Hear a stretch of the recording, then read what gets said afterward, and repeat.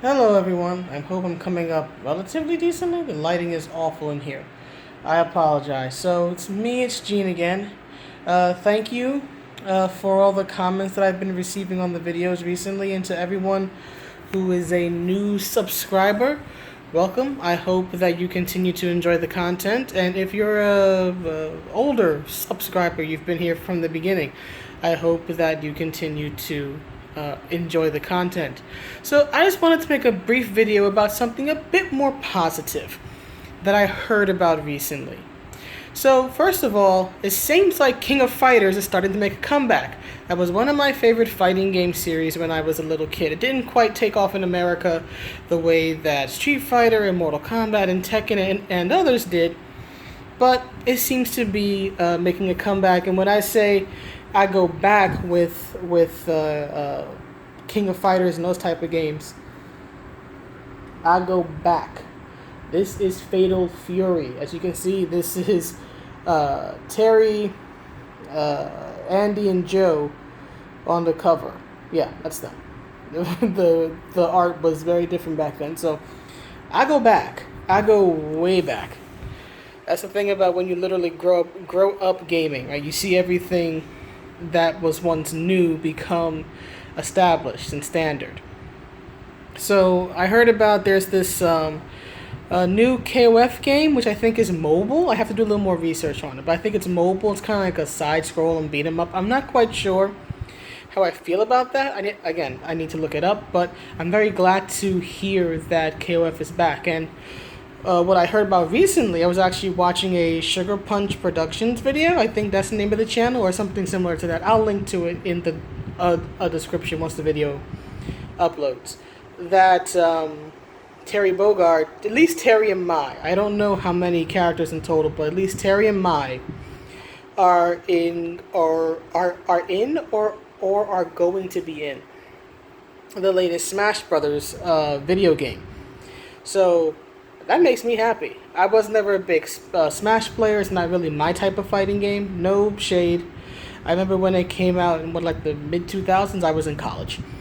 So I remember plenty of people who would, because I was in a gamers club in college, so people would play all types of different fighting games. It'd be Tekken, Soul Calibur, Mortal Kombat, which at the time would have been like, depending on the year, would have been Deception or Deadly Alliance or Armageddon. So those like the last three in the original Mortal Kombat series, right? And then there was the first Smash Brothers games. So again, not my type, not my thing. I tried to play it a little bit, couldn't really pick it up. But to each their own. To each their own when it comes to Smash, right? If you like Smash, you like Smash. I have nothing to say about it. It's just not my type of fighting game. Now, the reason I mention this is because in Sugar Punch's video, he talks about, somewhat sarcastically and somewhat humorously, about how apparently there are some people who are longtime Smash players who are a bit dismayed, at least from the impression he gives in the video, dismayed at the fact that more traditional, how do I put it, fighting game characters from more traditional fighting games, right? Andy, Mai, Ryu, and Ken from Street Fighter, who of course came into the series a few games ago, have more traditional fighting game mechanics, whereas in Smash it has typically been simpler. And I'm going to be clear, I'm just talking about the controls to, say, pull off special moves and things like that. Again, I am not a Smash player, so I'm not familiar with all of the intricacies, there we go, of the control scheme. I've heard things about how it's like difficult to walk at times, or you need a complicated command. I don't know. I'm solely talking about the fighting game part, right? The button inputs for the special moves and for the super moves. So if you're a Smash player, please understand that. This is not my critique or anything on the whole control scheme. This is just my thoughts on a particular element of it, which happens to touch upon something I am quite familiar with, which is traditional fighting games. Again, I go way back. right? Street Fighter 2 is my Street Fighter. I should be clear. Street Fighter 2 Special Champions Edition for the Sega Genesis is my favorite fighting game of all time. So as you can tell, I come from the old school. I am quite the traditionalist, and I'm quite proud of that. Now, the reason I bring this up again, to get back to the point, is because there's been, at least from the video that I watched, there seems to be some dismay about these, I guess, to Smash players, or the people who mainly play Smash, right? These complex, fighting game mechanics for these more traditional fighting game characters. Now, I want to give a brief history lesson, because I think especially if you're coming from it from my perspective, being an older gamer, or perhaps you're simply a fighting game enthusiast, right? That these complaints about the controls being too hard might come across as, ha, filthy casual. Let's not do that. Let's not do that. Let's try to be understanding, and let's try to remember when we were new. Because here's the thing. You have to remember that fighting game franchises like Street Fighter, like KOF, have been around for nearly 30 years at this point. I think technically the first Street Fighter game, I think, was released in 1987, if I remember correctly. The original Street Fighter. Right, then you have, Street Fighter 2999, and then you have Street Fighter 2, I think it was, in order of release, right? So, if you start with the very original, the very first title, it goes back to 1987, which would make the game series 32 years old, right?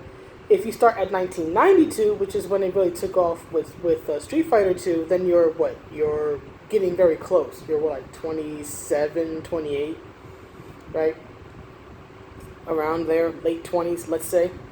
Right, so you're either in early 30s or getting near there, depending on which Street Fighter game you want to consider the first Street Fighter game, right? Video games in general, and fighting games in particular, have changed a lot during that time. Here's the thing.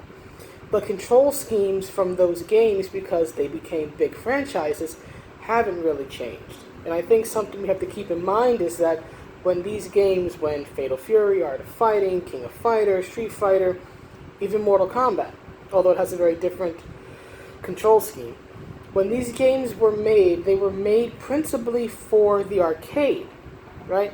That's why the controls look the way that they do, right? It's like right, diagonal down, right? Just like a fireball, like the quarter circle motion, right? And punch. Or you have to do like the back quarter circle motion and kick for the hurricane kick, right?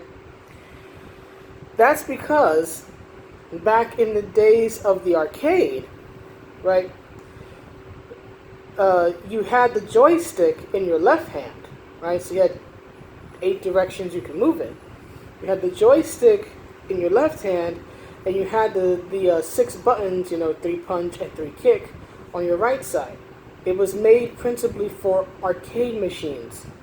Then, when they were ported to video game consoles, at that time would have been the Genesis and the Super NES, they had to adjust that as much as they could, because an 8-directional D-pad, right, a directional pad is not the same as a joystick. And you wouldn't get joysticks on controllers up until about, late PlayStation. I know certainly by PlayStation 2 they had it. It might have been introduced late into the PlayStation's life cycle, but I know for certain that it was the PS2 certainly that had the joysticks, right? So you've got about if you're playing solely on consoles, and let's say you're starting at 1992, about 10 years probably of playing a certain way, right?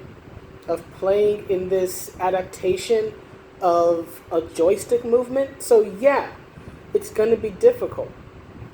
I remember as a kid, for the longest time when I was playing Street Fighter, I would only play as charged characters like Guile and Vega, because their moves from my 7-year-old mind were easy to pull off. Just, press back, left, right, then move right, press forward, and then punch. Or went to the flash kick, lights down, and then up, and then you hit kick.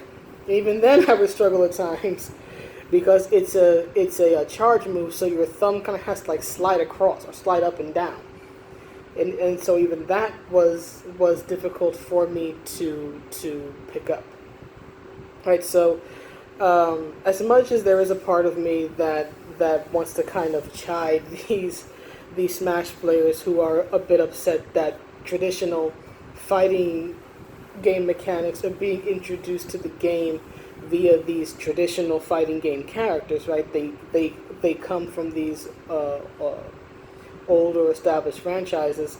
I do think that if we are in that group like myself, we need to be understanding, right? Every person like myself who has been playing for 20 years, right, started playing for 20 minutes. I struggled with those movements too. I still struggle with them at times because I don't have the dexterity I had as a little kid. And there were certain moves, like super moves, that I very rarely ever pulled off because I just didn't have the patience to try to quickly move my hand into, or my thumb really, into every direction in the sun just to pull off a super fireball or a super version of, Zangief's pile driver or whatever move it was. I very rarely pulled off super combos when I was playing those type of games regularly. In fact, I remember when I was playing Tekken, the only time I could ever remember pulling off the 10-hit combo in Tekken was in Tekken 2. It was it was one of Yoshimisu's combos. And even then, I don't recall ever pulling it off in game. I pulled it off in practice. I had to go into practice mode to pull this off. The closest I ever got to a 10-hit combo in Tekken was Lee's infinite kick. Right, he just starts jamming the kick button and he just starts kicking all over the place until someone stops him. That's the closest I ever got to like a 10-hit combo. Right, but my point is all that I can understand. I can understand from the Smash players, especially those who mainly play Smash, and that's really the only thing that they know. I can understand from their perspective why, this relic of the past, as it were, is sort of, giving them fits. And they're like, how do I do this? This is too hard. So here is what I hope happens. If it hasn't happened already, here's what I like to see. I hope that for traditional characters, and by traditional characters, I mean characters from traditional fighting games like Street Fighter, King of Fighters, so on and so forth. I hope that those characters will be given a toggle option for the special move control scheme. Right, so there can be an option for the Smash style that players will be familiar with, and there could be an option for their traditional controls depending on which franchise they are from. That's what I hope to see. If it's not there already, again, it might be, but if it's not, I hope they will add that, because I think that would ease a lot of fears, and then it gives people options. And I think, generally speaking, options, especially in video games, are always a good thing, right? So if that's possible, I think that should be done. Give it a toggle option, kind of like in Capcom versus SNK, right? You had the option to choose either the Capcom, mainly Street Fighter, playstyle, and you had the SNK, aka King of Fighters playstyle. You could choose in between the two, depending on what you wanted to play with. So there's that. And the second thing that I would like to see, and what I hope happens, is that maybe it'll be a bit of a cultural exchange of sorts. And here's what I mean. What I'm hoping is that if for the fighting game traditionalists and for the fighting game enthusiasts that play Smash, right, try playing characters like Ryu and Terry and whatnot in the Smash mode, if that happens, right, and see how it feels. right? See how it's the same and how it's different. And for those who are Smash players who are not really accustomed to these, adapted joystick movements from a time gone by, try the traditional style. No one's saying you have to stick with it. You might come to like it. And maybe it will introduce you, if you don't play other fighting games outside of Smash, maybe it'll introduce you to Street Fighter or KOF or Tekken or any other fighting game franchise out there. There are many. But I and this is especially for, again, the fighting game enthusiasts, the traditionalists like myself. Right? Let's not tease or, get on, or at least let's not be mean. Maybe that's I am a big believer in good-natured teasing, but let's not be mean. Right? Let's not be mean to these players who may be younger than us, considering that Smash came out about 10, 15 years ago, right? And again, Street Fighter's been around for like 30 years at this point, right? So there's a good chance that a Smash player typically might be younger than, say, me, and I'm in my mid-30s. So let's be kind to them, right? Right. Let's show them that hey, we come from different eras, right? And we're accustomed to different things, but it doesn't mean that we can't come together and enjoy. I'll try yours, you try mine. Let's see what happens, right? So let's be open and inviting, and let's not give them a hard time for not growing up with a certain thing. Right? I remember playing Mortal Kombat, and the first MK game I played was Mortal Kombat 3. Prior to that, the only major fighting game I'd ever played was Street Fighter. So for me to basically unlearn Street Fighter controls to play Mortal Kombat took me a bit of time, because Mortal Kombat's control scheme is completely different. Because first of all, it's not made for... Well, it was made for the arcades, but it wasn't made in Japan, right? The whole thing about Mortal Kombat is that it's an American fighting game franchise, right? The other ones are Japanese, so it's made for an entirely different audience, right?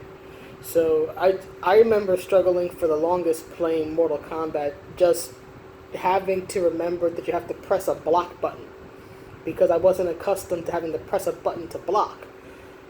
Given that Street Fighter had been the only other fighting game I'd ever played, all I did was just back up, right? Right? You just back away from your opponent, and your opponent automatically blocks. It doesn't work in Mortal Kombat. You have to press a button, right? So, long story short, for this video that's gone much too long, as is my way, right? If you're an old enthusiast like myself, right? Try to be understanding. Try to remember when you were young, when you were new, trying to learn a control scheme that might as well look like Greek to you, right? Might as well look like something you could never understand. Right? What do you mean I have to press forward and then diagonal down and then down? How do I do this? And if you're the Smash player who only plays Smash, right, and you're not really accustomed to the traditional fighting game mechanics, give it a try. It won't hurt you to try. You might learn something. You might be introduced to something you may not have tried before. Who knows? Maybe you'll play Smash and then you'll pick up Street Fighter 5. Just don't pay for that season pass. $30. No. Sagat is a series regular. I am not paying $30 for a season regular, Capcom. I'm just saying. But anyway, that's the video. Let me know what you think, and I will see you all in the next one. Have a good evening.